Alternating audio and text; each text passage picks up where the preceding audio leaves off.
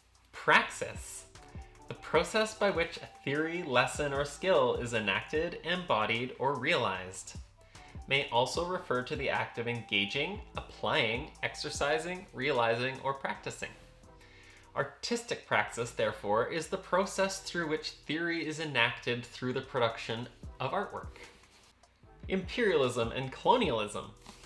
Kant uses specific definitions in her analysis. Imperialism is a mindset, a thought practice, that encourages domination and control through ownership for the benefit of those in power. And colonialism is an active practice of assimilation and eradication that is enabled by imperialistic policy and thinking. These forces come together to form cognitive imperialism, a term expressed by Indigenous scholars Leanne Bedasamosake Simpson and Marie Baptiste to describe a form of cognitive manipulation used to disclaim other knowledge bases and values, which manifests itself in many ways, including the commodification of time, the establishment of hierarchies, the centralization of power, and the definition of success. I think this entire project of yours is stupid and doomed to fail. I think you're going to be retired, eliminated from existence, and burned on the surface of a billion suns. And I have no doubt that you and your cockamamie experiment will go down in history as colossal failures. Dramaturgy, a la Wikipedia. Dramaturgy is the study of dramatic composition and the representation of the main elements of drama on the stage. That's wonderfully clear. Okay, coined by an 18th century German guy, yada yada, a bunch of theorists, yada yada. Huh. Okay. Dramaturgy may be broadly defined as adapting a story to actable form. Dramaturgy gives a performance work foundation and structure. It is distinct from playwriting and directing, although the three may be practiced by one individual. Some dramatists combine writing and dramaturgy when creating a drama.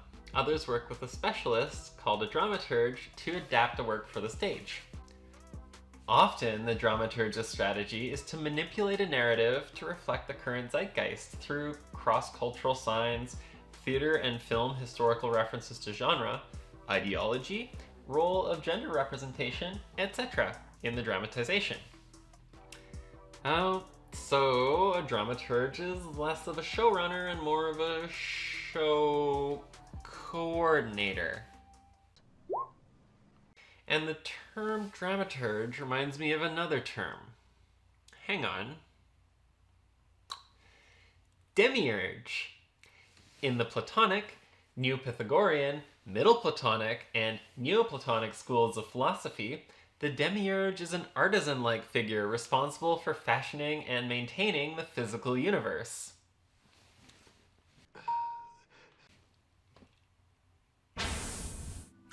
Michael begins to learn that he can accomplish a lot more by becoming a coordinator and fostering his connections with others rather than dominating them. As he becomes more self-aware, he reaches a realization that his existence is experienced in how he manages the relationships in his life, instead of by his defined role in the hierarchy. Thank you. You're welcome. Wow, that really went over big. I don't for a second believe that the writers of The Good Place had anything like process as relation in mind when they were writing the show. Their world is firmly based in contractualist theory, as exemplified by Scanlon's What We Owe to Each Other, a concept of morality defined by performing the duties we have towards one another, and still rooted in imperial modes of thought. I still love it, but come on. This is a US network television show. There was no way the production process was so self-reflective. The structural critiques it does have match reformist liberal sensibilities. It's not like we're going to get any significant material analysis, or the dialectics of Brecht's epic theater, or decolonial critique of contract theory, or discussion of the concept of debt and the establishment of hierarchical societies, even when they're so close. Do you like France as much as I do? Well, they enslaved my country for 300 years, so no. But They have great museums. Yes. And he definitely didn't have time to research what tomatoes to buy, even if he wanted to. Possession of a non-fried vegetable is a felony in Jacksonville. A funny thing happens as the show goes on, though. There are rules for TV comedy writing. Humor is found in between the characters' relationship gaps. The main characters need to resolve their problems through their own actions, and the protagonists need a satisfying character arc that overcomes their primary flaw.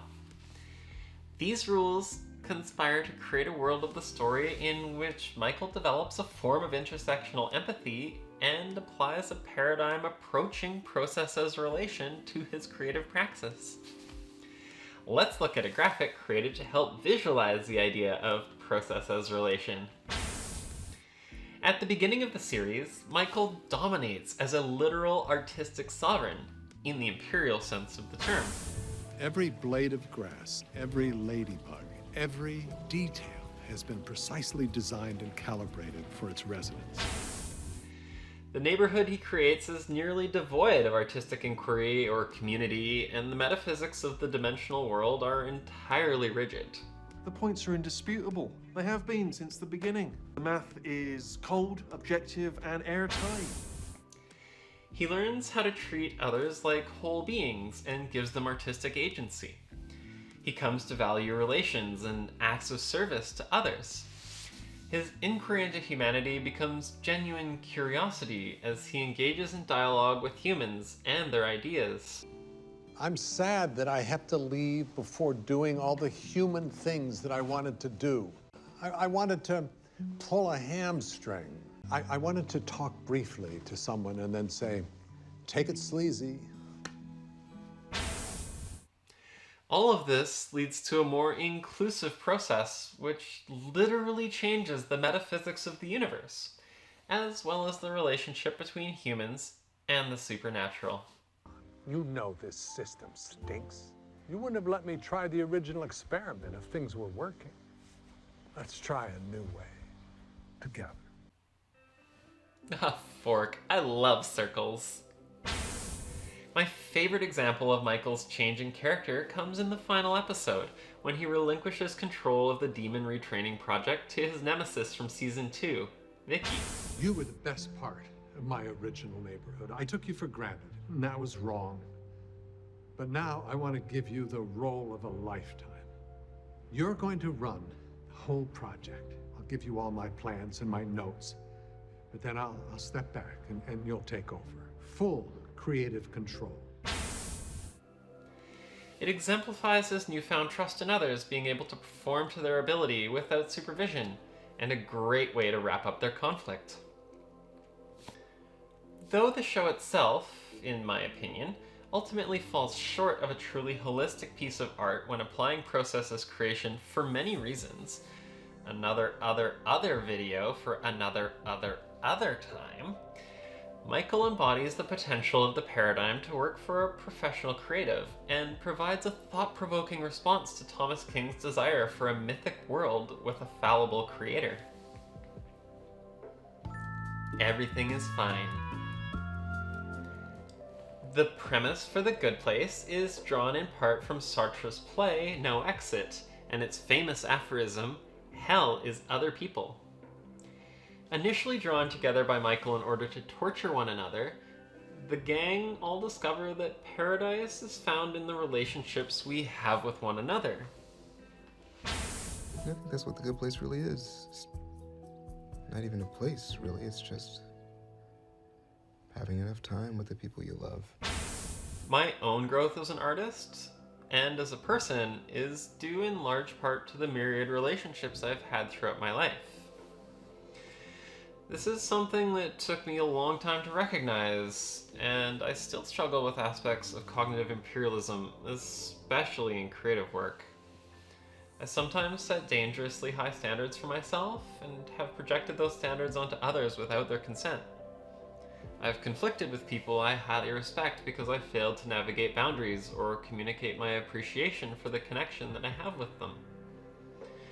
I've already come a long way, but I'll never overcome these flaws alone. By the time you watch this, I'll have been practicing social distancing for 11 months. It hasn't been hell. I have a place to live and food on my plate and lots to do, but it's been a heck of a purgatory. Most of my communication is through text or talking to myself, or to Clue. She's a bratsky catsky, but I love her. I love writing stories and making content for YouTube, but it's a solitary process at the best of times, which these aren't. And that makes process relation an even more vital part of my artistic paradigm. This video itself is in honor of that commitment. Heather Cant is my cousin. I was fortunate enough to be invited to a digital conference where her research was presented for the first time. I'm a white settler living on stolen land, specifically the ancestral and unceded territories of the Hinikaminam and Squamish-speaking peoples. I frequently seek to center the voices of Indigenous people and their philosophies in their own words whenever possible. This is especially important when addressing the impact of colonialism and strategies to confront it. I've found this to be a difficult balancing act for this video, in fact, because one of my primary sources is from a settler, but built on the work of many Indigenous artists and scholars whose names and efforts are not explicitly mentioned. This is, in part, due to the nature of academic discourse, and, in part, due to the limited scope of this essay, but I have included an expanded bibliography in the description. I do my best to include as many people as possible when I produce my work, and to get their names and ideas in front of you, but I desperately miss being in a room with other creatives and the electric energy that flows when everybody just tosses ideas around, or cooking a meal for loved ones, or, like, hugs.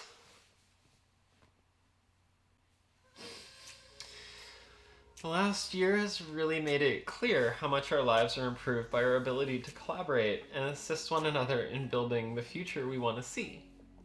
I can't wait to see my friends in person, but in the meantime, we're planting seeds for the future, and I hope you are too. Thanks so much for joining me for this episode of Fox Bites. If you got this far, I'd really appreciate it if you could like this video and subscribe to my channel, because that really helps other people see it too. You can find links to sources and additional information in the description, as well as my social media links. If you want to go even further to support the show, you can drop a fin in my tip jar at www.ko-fi.com/foxtails, or consider becoming a patron at www.patreon.com/foxtails. Patrons gain access to a monthly newsletter and reading list, as well as your name at the end of my videos, like these lovely folks, and my eternal gratitude, on top of some other cool stuff you could get from me. Alright everyone, I'll catch you next time. Oh, and... Take it sleazy.